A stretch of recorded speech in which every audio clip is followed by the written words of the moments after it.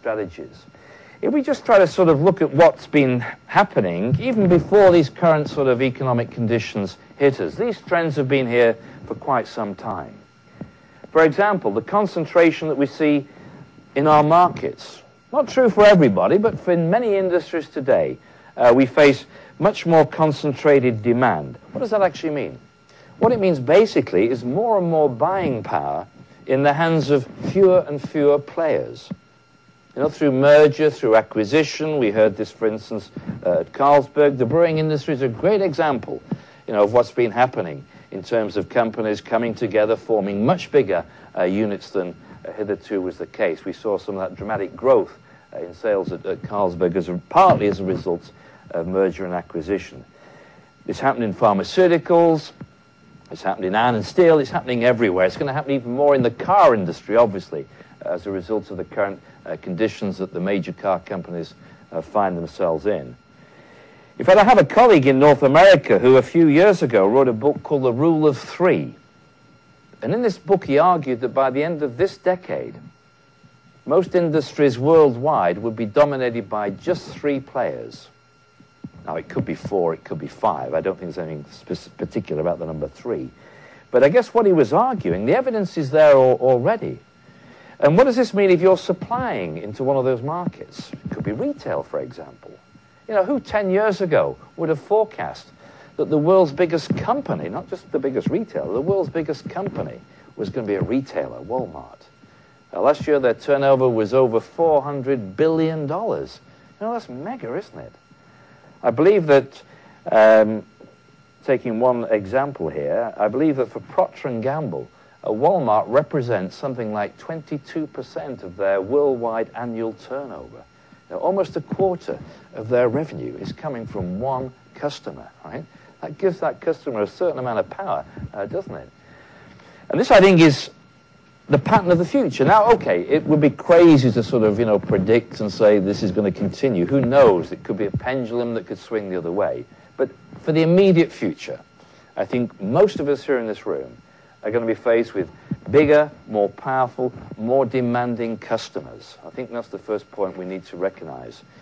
And that will place upon us a lot of pressure for how we enhance our service offer, how we customize our service solutions, not just our products, how we customize the actual service package that we offer these powerful and demanding customers.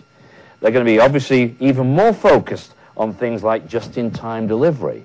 They're going to be looking to us increasingly for innovation. Again, not just at the product level, but also at the process level. The demands they place upon us will continue to increase. And of course, by the way, they want it at lower prices. You know, the opportunity for price improvement, I think, at least for the immediate future, has pretty well disappeared. We're also faced, interestingly, with some potential downside from some of the decisions that we took a few years back, and indeed some people still making those decisions now, to focus our factories, in other words, to rationalize our production. You know, many companies in the past had a much more local for local focal point. Now, this is fairly controversial, particularly, I think, in the sort of light of fairly recent decisions that many companies have taken to globalize their sourcing strategy. And what does it actually mean? Because what it means, in a way, is that we're actually now having to move product much greater distance. Right? Our supply chains have become significantly extended. Now, there was a strong rationale for doing this. Right? You know, the rationale was that we could reduce the unit cost of manufacture, or the unit cost of purchasing that product if we're actually buying it from an external source. And we can see why organizations did this.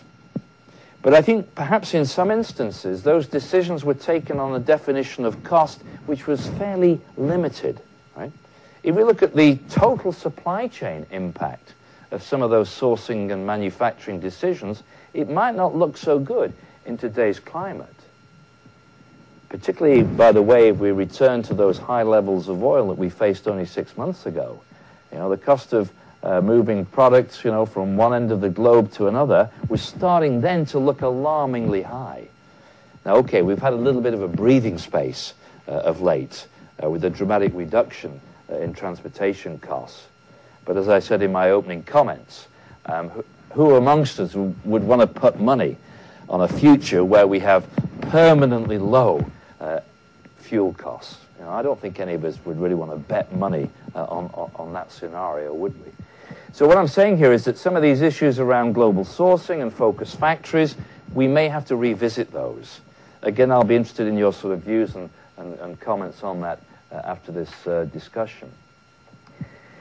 Whilst at the same time we have all these problems, we still, of course, find that our product ranges continue to proliferate. We heard that point earlier on. We find the demands for variety from our consumers increase. So we have to contend with much bigger product portfolios.